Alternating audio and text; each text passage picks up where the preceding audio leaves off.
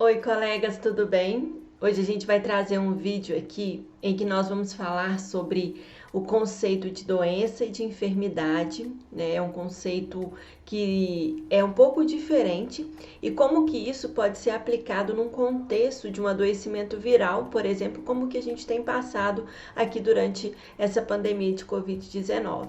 No entanto, isso também pode ser aplicado ao contexto de outros tipos de infecções e há vários outros contextos que a gente passa enquanto profissionais de saúde, porque muitas vezes o que os nossos pacientes trazem não é uma doença aguda em si, mas uma enfermidade que que ela se acopla a vários aspectos do adoecer daquela pessoa, entendem? Então, quando a Organização Mundial de Saúde fala a saúde não é apenas a ausência de doenças, mas sim um completo estado de bem-estar físico, mental, emocional, social, enfim, ela quer dizer justamente isso que eu estou falando. E quando a gente lê aquele conceito, né, da Organização Mundial de Saúde, eu pelo menos me sentia assim amparada.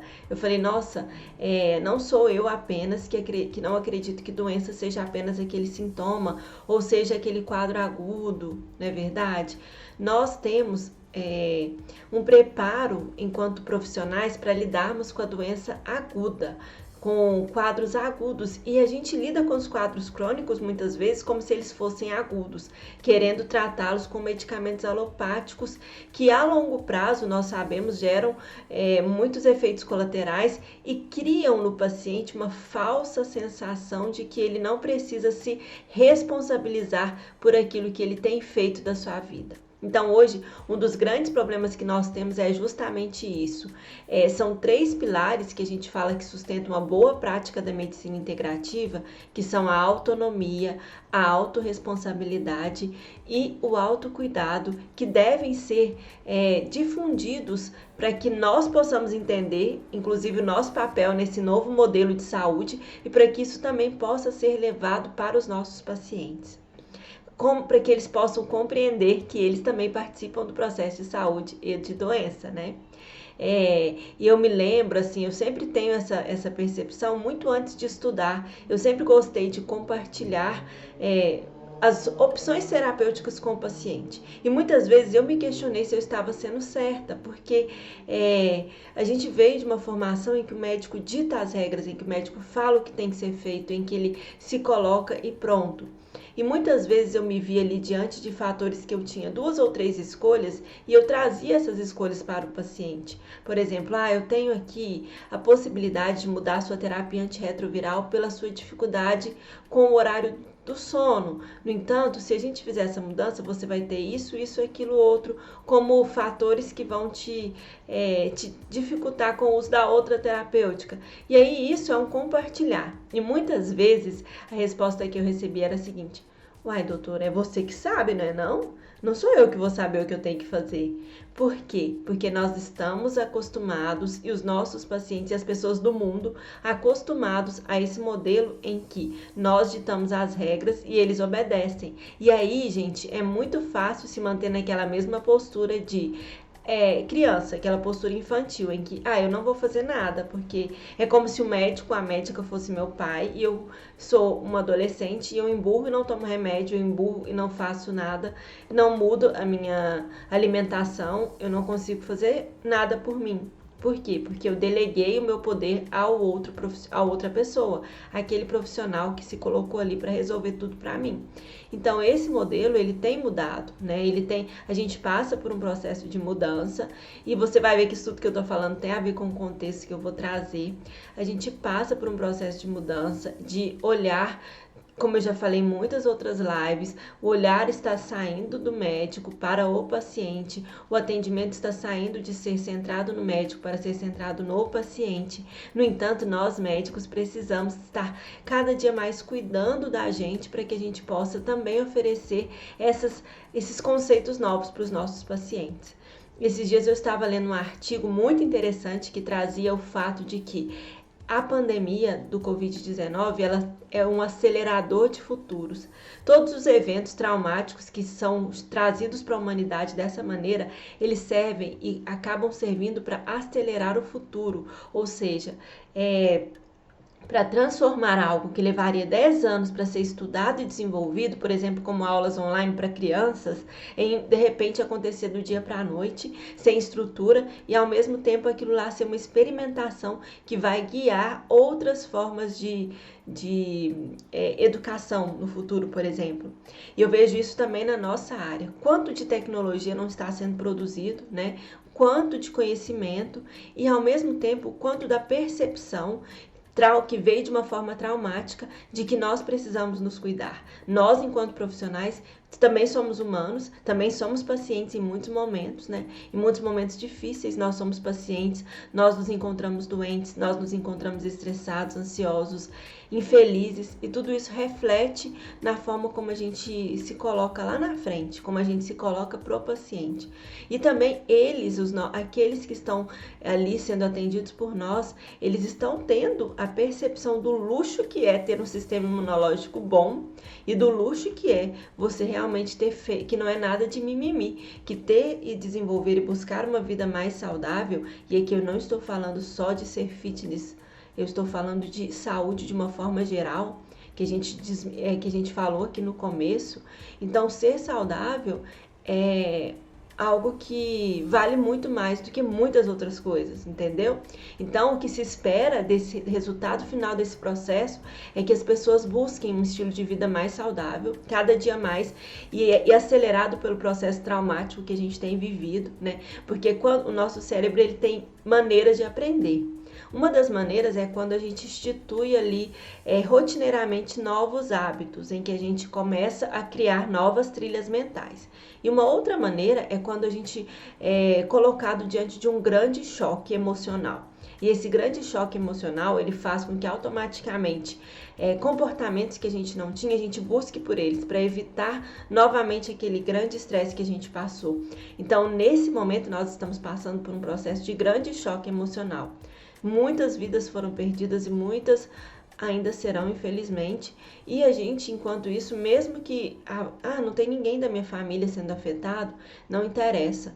Nós, cada vez mais, enquanto seres humanos, quanto mais vamos nos tornando evoluídos em todos os sentidos, mais a dor do outro ressoa na gente e mais a dor do outro faz com que a gente busque mudanças para a nossa própria vida, entenderam? Então, a importância disso que a gente está vivendo, o quanto isso vai ressoar dentro de todos os processos que a gente passa, né? Então, é isso que é muito importante a gente compreender, tá bom? Um outro aspecto, então, agora, começando realmente a falar sobre doença e enfermidade, é o seguinte: o que é simplesmente uma doença? Como a Organização Mundial de Saúde fala, a saúde não é só a ausência das doenças. Então, a doença é aquela lesão aguda que ocorre por uma quebra metabólica homeostática no nosso organismo. Tem um estímulo externo ou mesmo interno e a nossa regulação interna, né, o nosso sistema regulatório ali, principalmente neurohormonal, ele não consegue regular aquela injúria, aquela lesão externa ou interna, e aí nós adoecemos. Então, isso é um processo de doença agudo. A gente tem ali um quadro de adoecimento viral, ele é um processo agudo. A gente entra em contato com um fator externo novo e esse fator invade o nosso sistema, o nosso organismo, e ali ele se reproduz e ali ele faz o seu trabalho, que é o que ele foi ali fazer, né? Para isso, é isso que é a doença, é um quadro agudo muito ligado ao sistema físico. Nós estamos ligados ao corpo físico e aí esse corpo físico apresenta uma injúria, uma lesão, que é um adoecimento. E aí a gente tem adoecimentos virais, adoecimentos bacterianos, a gente tem quadros agudos que geralmente são infecciosos mesmo, uma apendicite aguda, uma pielonefrite. A gente também pode ter ali uma dor abdominal que pode ser algo agudo, como uma isquemia mesentérica, algo super grave, né? Ou pode ser algo disfuncional, não agudo, que vem acontecendo, e aí a gente entra já no conceito da enfermidade.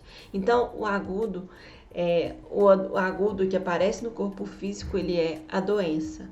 E o que não aparece no corpo físico, que é aquilo que vai criando o adoecimento ao seu redor, que aquelas coisas que vão ficando acumuladas ao longo da vida e começam geralmente ali já na primeira infância e que vão se acumulando, né? Se acumulando como resíduos energéticos, resíduos emocionais, resíduos de pensamentos, de questões mal resolvidas, de histórias mal vividas e de comportamentos que nos agridem. Então, esses comportamentos que nos agridem, que muitas vezes vêm como resposta à nossa dificuldade de lidar com outras questões da nossa vida, esses comportamentos que nos agridem, eles são os responsáveis por causar as nossas enfermidades. Então, a enfermidade é aquilo que a gente não sabe dar nome. Né, que tá ali, a pessoa tá com a sensação de que está doente e que a gente às vezes não encontra nada em exames. A doença, ela aparece em exames, a gente respira aliviado quando a gente pega uma doença, porque nosso conhecimento médico, nosso conhecimento profissional de saúde, ele foi só até nesse lugar. Né? Nós sabemos reconhecer muito bem doenças, nós sabemos estratificar ali por vários exames o adoecimento do nosso corpo físico. Nós não sabemos lidar com a enfermidade, que é aquela que é sutil, que muitas vezes o paciente não sabe descrever, e isso nos incomoda muito, ele não sabe falar o que ele está sentindo, né? Eu estou sentindo mal-estar, uma coisa ruim no meu estômago, eu estou sentindo uma coisa ruim na minha cabeça, não sei se é dor, não sei se é peso.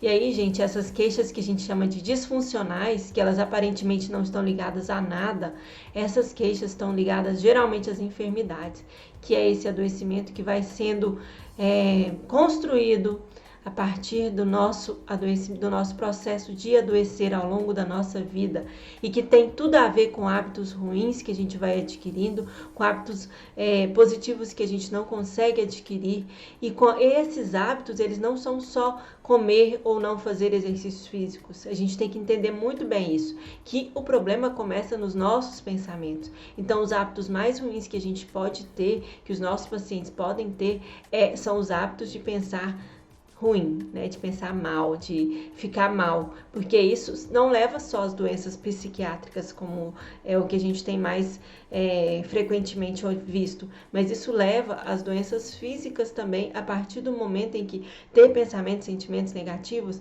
isso acaba não nos deixando ter e produzir e olhar para o positivo da nossa vida.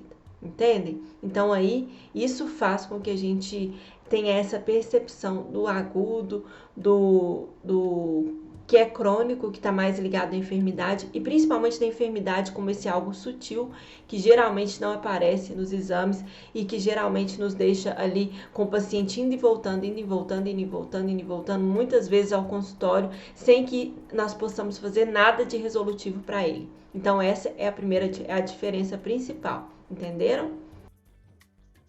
Então, o que a gente percebe é que não existe de fato uma correspondência entre a enfermidade e a doença. Porque se houvesse mesmo, ao adoecer e ao tratar uma doença com os medicamentos, as enfermidades iriam sumir, né? As enfermidades, que aquelas sensações às vezes de mal-estar, elas iriam sumir, mas geralmente elas voltam. Vou usar o exemplo aqui, por exemplo, de uma doença do refluxo.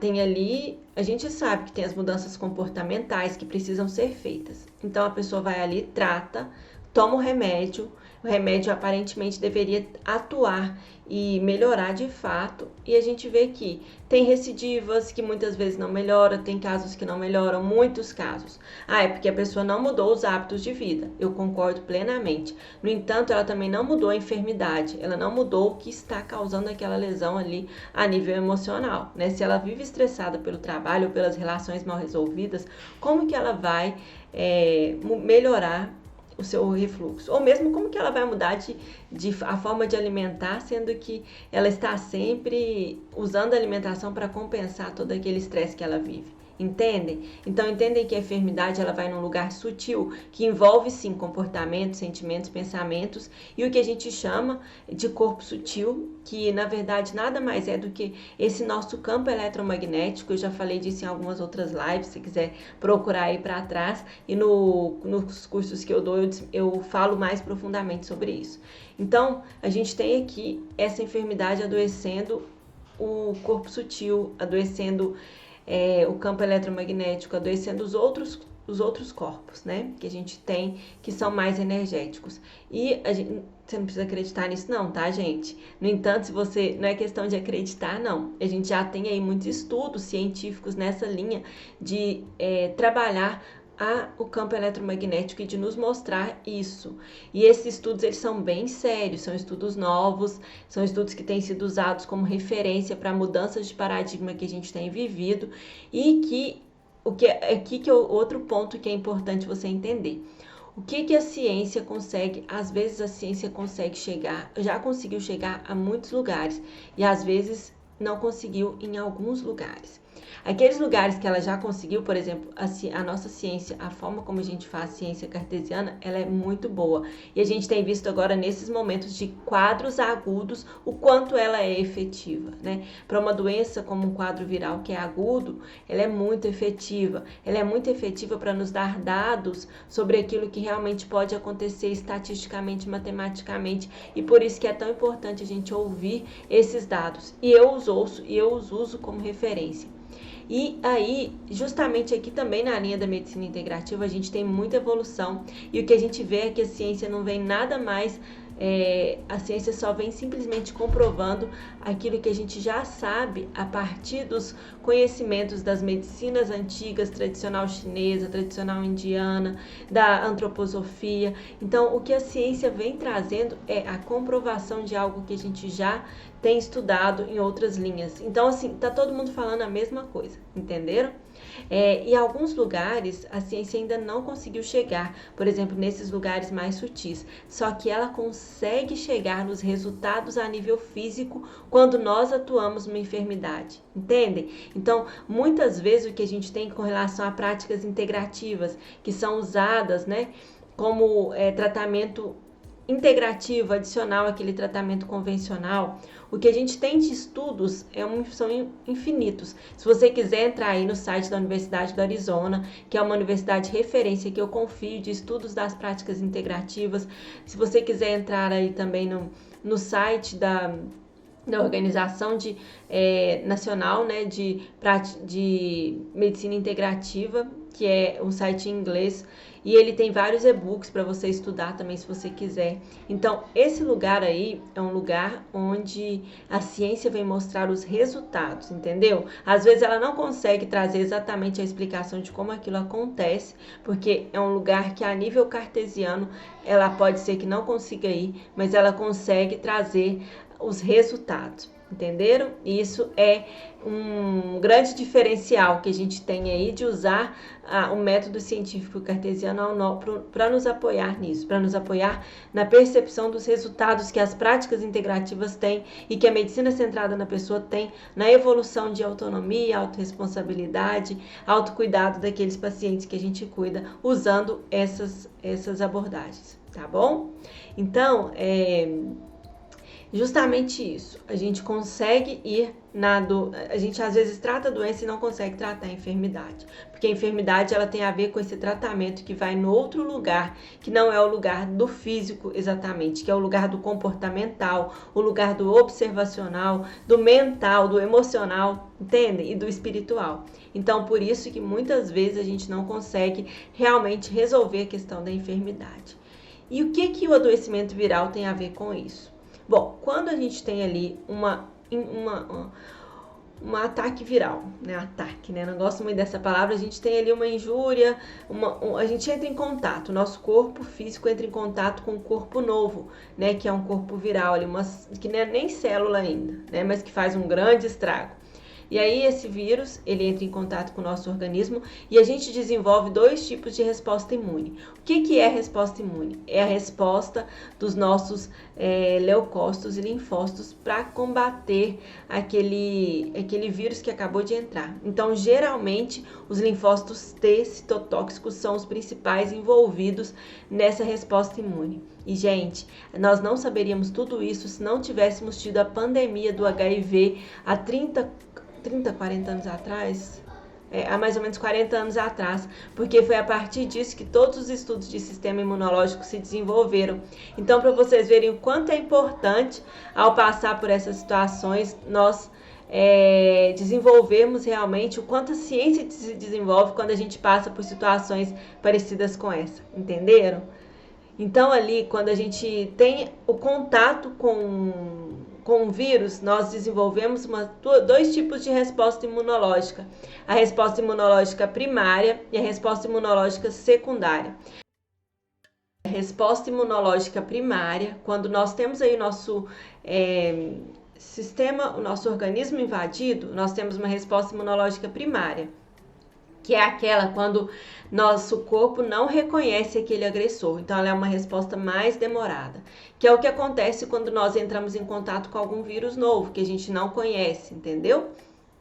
E a gente tem a resposta imunológica secundária, que é quando a gente já tem anticorpos para aquela doença. Por quê? Porque nós já tivemos contato com ela anteriormente. Pode ser porque a gente já adoeceu por ela, ou porque nós fomos vacinados, entendeu?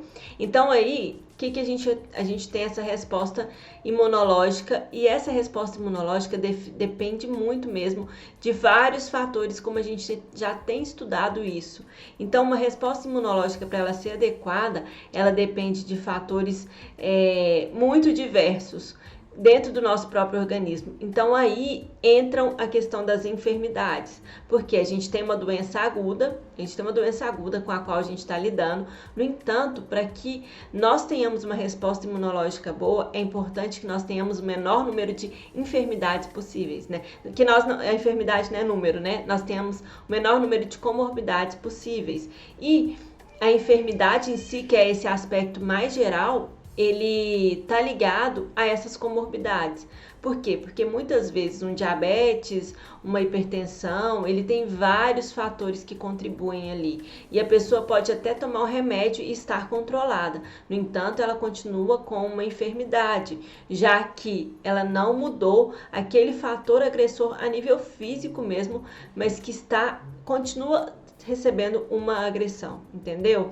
Então, por que as pessoas com comorbidades, elas têm mais dificuldade elas têm uma resposta inflamatória mais demorada, uma resposta imunológica mais demorada, e é justamente por isso que elas têm piores resultados a nível de uma nova infecção viral.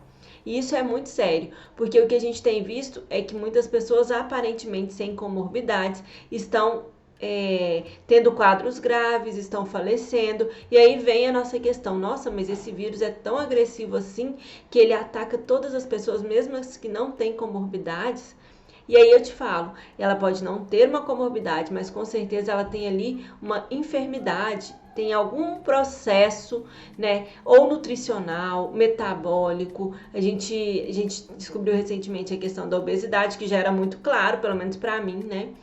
Mas tem às vezes um processo metabólico, um processo emocional, um fator estressor. Por quê? Porque a gente percebe que o nosso sistema imunológico, e isso a gente traz dos estudos hoje que a gente chama de psiconeuroimunologia, que conseguem perceber que alterações do nosso sistema nervoso, alterações psíquicas, elas influenciam nos fatores estressores, e isso diminui a produção de interleucinas, que são responsáveis pelo nosso desenvolvimento, pelo nosso sistema imunológico. E essas interleucinas, principalmente L1 e L6, que são responsáveis ali pela resposta imunológica primária adequada. Entendem? Tanto que isso é importante, o quanto que vários fatores estão associados ao nosso sistema imunológico de uma forma geral. Então, não é só ter uma comorbidade, é como você lida com as enfermidades, que são mais de uma, né? Com as enfermidades que são ali no seu campo sutil, tá certo? Então, são vários fatores nesse sentido. Então, a gente precisa compreender que nós, como aceleradores do futuro, que tem sido essa situação que a gente tem vivido, mas que mais que isso, nós temos aqui a oportunidade de rever muitas questões de padrões de pensamentos que a gente tinha, né? E de também assumir as posturas que vão nos levar à verdadeira saúde e que vão de verdade ajudar os nossos pacientes. Por quê? Porque é o seguinte, muitas vezes o que você muitas vezes está querendo, né? O que a gente tem se falado. Nossa, eu quero que tudo volte ao normal, eu quero que as coisas voltem ao normal. Só que para nós, profissionais da saúde, nunca mais vai voltar ao normal. Para nós, profissionais médicos, nunca mais vai voltar ao normal. Eu tenho certeza que para todas as outras pessoas também, mas para nós isso é muito claro. Por quê? Porque a gente está vivendo isso de uma forma muito mais intensa do que a maioria das pessoas. Se nós estamos na linha de frente ou não, nós que entendemos de saúde, nós sabemos o que acontece dentro de uma UTI, o que acontece durante uma intubação, nós sabemos a fisiologia do nosso organismo e por isso talvez a pressão, mesmo que a gente mesmo para quem não está trabalhando diretamente com isso, existe uma pressão interna muito grande, entendeu? E essa pressão nos faz rever conceitos e nos faz evoluir muito, né? Então, muitas coisas têm sido estudadas, mas muitas coisas têm sido de evolução mesmo interna. E aí eu vejo que nós, enquanto médicos, agora teremos que estar mais do que nunca preparados para apoiar os pacientes que vão chegar desesperançosos, porque eles passaram por várias situações também nesse tempo, que não é um tempo curto, é um tempo que realmente dá para fazer muitas mudanças na vida de uma pessoa, né, de uma família, de um estado, de um país. Países que estão perdendo pessoas, 4.000 pessoas num dia só, é muita gente, não é mesmo? É muito trauma, é muito traumático isso. Então a gente vai ter que saber lidar com as pessoas que vão chegar para nós com várias enfermidades, que são enfermidades que não necessariamente vão estar descritas ali nos livros, porque vão depender de como cada uma dessas pessoas reagiu a esses fatores estressores que surgiram de uma vez nesses últimos momentos. E isso faz com que, a gente já viu aqui a questão da resposta imunológica e o quanto isso é afetado pelo nosso estado de saúde físico, né, são as escolhas alimentares, é o fato da gente fazer ou não uma atividade física, da gente dormir bem ou não, o nosso estado mental, que são os pensamentos que a gente cultiva, os pensamentos que a gente tem ao longo do dia, e do nosso estado emocional. Por quê? Porque tudo isso gera fatores estressores. E tem um outro ponto também, que é a questão da espiritualidade. Que a espiritualidade, gente, nada mais é do que você estar em contato com você mesmo, você se desenvolver o seu autoconhecimento, desenvolver um sentido de propósito de vida e um sentido de conexão com o eu superior ou com uma força que cria a vida, entendeu? E isso não é nada místico, né? Porque a espiritualidade ela é natural e ela é de cada um de nós. Eu sou uma estudiosa de como a espiritualidade atua no nosso sistema físico e na nossa vida como um todo. Eu posso te dizer que dentre muitos estudos que a gente tem hoje, nós sabemos que a espiritualidade é o que sustenta as pessoas nesse momento de grande estresse em que você vai para um desconhecido, para um lugar em que você não vai saber o resultado final, entendeu? Nós estamos lidando com fatores que nós não conhecemos, com o desconhecido em si. Ninguém sabe de verdade como vai ser o fim dessa história. Ninguém sabe de verdade se isso vai acabar em 2, 3 meses, ou se isso vai durar 1 ano ou 2 anos, como alguns epidemiologistas falam. Então nós teremos que lidar com isso, independente se a gente quer ou não. E agora não é hora para revolta, para falar, sabe, eu vejo duas posturas diferentes de colegas, uma de revolta, como se o que está acontecendo lá fora pudesse ser mudado, né, uma revolta com o que está acontecendo, e aí começam a culpar a China, a culpar os Estados Unidos, a culpar o presidente, a culpar o ministro arrumar culpados, entendeu? Então, a gente não está aqui para arrumar culpados. Eles, essas pessoas que eu falei, eles têm que se responsabilizar pelos programas de saúde agora, saúde pública, eles são as pessoas que estão gerenciando as questões epidemiológicas e isso é muito importante. Mas o que cada um de nós, no nosso trabalho, na nossa casa, na nossa vida, deve fazer para se manter nesse período pós-pandêmico, entendeu? Nesse período pandêmico e pós-pandêmico. Então, eu vejo muito essa postura de culpar, de se irritar, de brigar. E eu vejo a postura também de falta de esperança total, que é uma questão bem de ir para um lugar depressivo mesmo, de não ter esperança de que algo vai mudar, de que algo vai melhorar e de ver só a parte negativa do que pode acontecer. Eu sei que o que virá depois será negativo para muitas pessoas, mas não para você, se você tiver uma postura diferente. Eu não vejo que isso será negativo para mim. Eu vejo que eu vou ter que aprender, que me reinventar muitas vezes, que mudar a forma de abordar as pessoas e de que cada vez mais faz sentido essa medicina que eu venho trabalhando, que é esse olhar integrativo. Porque as pessoas agora vão precisar disso. Elas vão chegar para a gente, primeiro, elas passaram por esse período de estresse e elas se desenvolveram espiritualmente, emocionalmente. Isso aí você não tenha dúvida. Elas buscaram autodesenvolvimento. Isso é algo que a gente vê claramente, né? Então, muitas pessoas vão chegar para nós já imbuídas desse propósito de se melhorarem. E aí nós seremos aquele que as ajuda na autonomia, na autorresponsabilidade, no autocuidado. Para isso, a gente tem que se desenvolver, a gente tem que estudar, a gente tem que se preparar, entendeu? E essas pessoas chegarão assim.